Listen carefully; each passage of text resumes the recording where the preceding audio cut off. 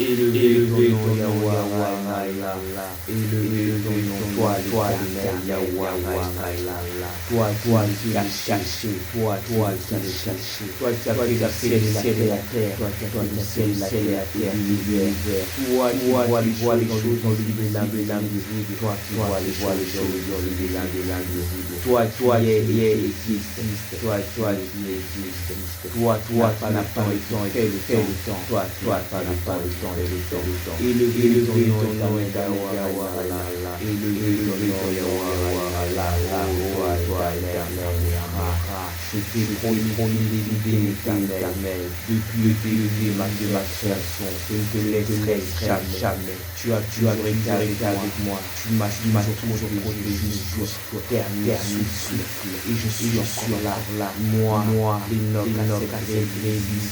moi, non, moi, pour la première éternelle, tu m'as pris dans ta main, tu m'as jeté ta première création, et la dernière, je ne le jamais, et c'est pour cela que je dois te fidélité, et je détruirai les gens qui ont menti, afin de ton nom et salir, je jure sur l'éternel, je ne t'abandonnerai jamais, je suis sec, la lionne qui rétablit la vérité, utilise-moi comme ton arme, on m'appelle Zaï-Éternel, car je suis l'épée éternelle, je suis le Ragnarok, celle qui reviendra la vérité, celle qui viendra mettre la lumière là où il y a l'obscurité. Merci, tu me nommes l'oiseau rare, car je suis ta fille, la fille de Ra, la fille de Amora, moi, éternel, je t'adore.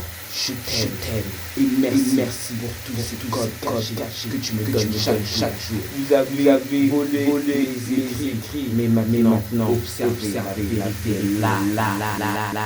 Donc, vous voyez bien, Jacques le Juste est en vérité le vrai Jésus. D'accord? Parce que Jacques le Juste signifie Jacques tel Jésus. Jacques dit Jésus. Les gens d'Hollywood le savent très bien, les francs-maçons le savent très bien que Jacques l'épouvantail est le vrai Jésus.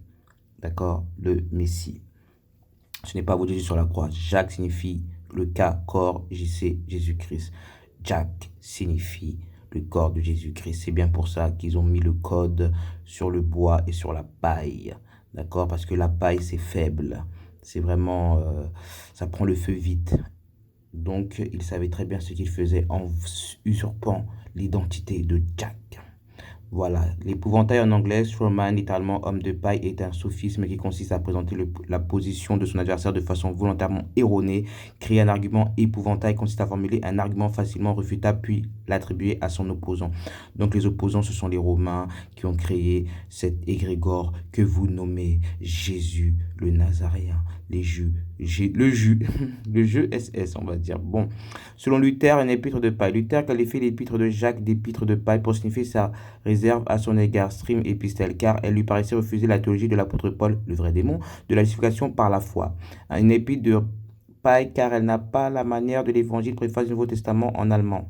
Il va même jusqu'à écrire dans la préface aux épîtres de Saint Jacques et de Saint Jude, mais pour en dire ma pensée et sans vouloir blesser personne, je ne l'épître de Jacques, tient pas pour l'œuvre d'un apôtre, parce que c'est un code, ils doivent rester avec eux, c'est des occultes.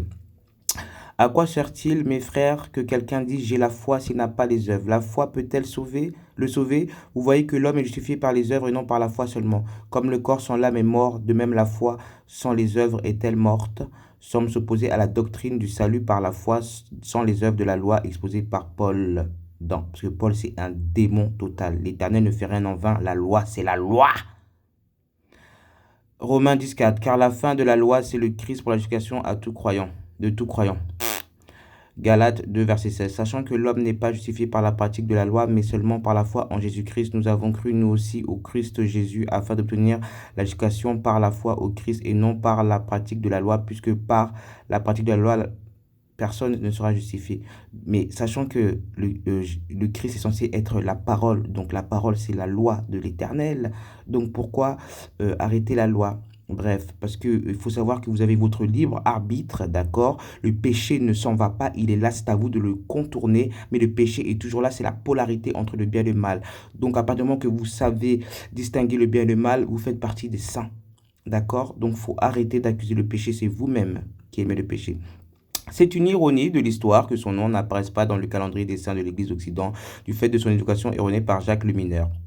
Pierre-Antoine Berhem estime que de nombreuses questions se posent lorsque l'on compare les sources antiques qui parlent de Jacques et de ce que la tradition chrétienne d'aujourd'hui en dit. Pour lui, la principale d'entre elles est comment expliquer l'oubli dans lequel est tombé Jacques dans la tradition chrétienne.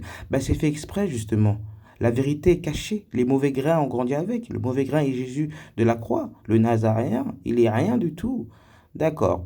On dit que Jacques, frère du Seigneur, est l'auteur de la première des épîtres appelées catholiques, les catholiques, mais il faut savoir qu'elle n'est pas authentique, en tout cas peu des anciens en fait mention. Mais qui êtes-vous, vous? Cependant, nous savons que ces lettres sont lues publiquement avec les autres dans un très grand nombre d'églises. Parmi les livres contestés mais reçus pourtant par le plus grand nombre, il y a l'épître attribuée à Jacques. Mais déjà, vous êtes tous des autoproclamés. On ne sait même pas c'est qui vos savants, qui a écrit, qui sont vos scribes.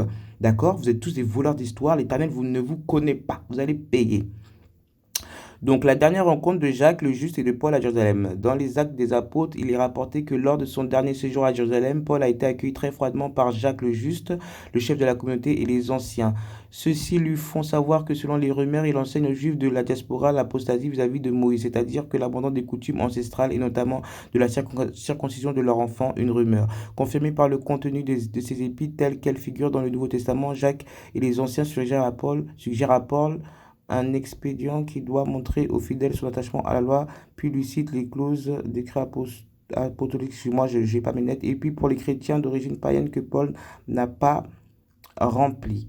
Donc il faut savoir que Paul, déjà, il est qui? D'accord? Puisque votre Jésus que vous adorez, le Nazaréen, déjà à la base a grandi dans la loi juive, donc il doit être circoncis au 8e jour. Donc faites ce que je dis et faites pas ce que je fais, c'est ça, les chrétiens, hein?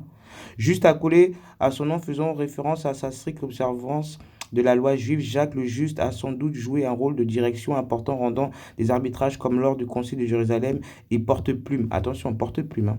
À cette occasion des apôtres, le fait de sa mise à mort provoque le renvoi du grand prêtre Hanan ben Hanan qui venait à peine d'être nommé, sans indiquer que Jacques était un personnage en vue à Jérusalem. C'était porte-plume, donc il écrivait vraiment, puisque c'était lui le vrai dernier messager. Hein. C'était lui l'épouvantail, l'épouvantail.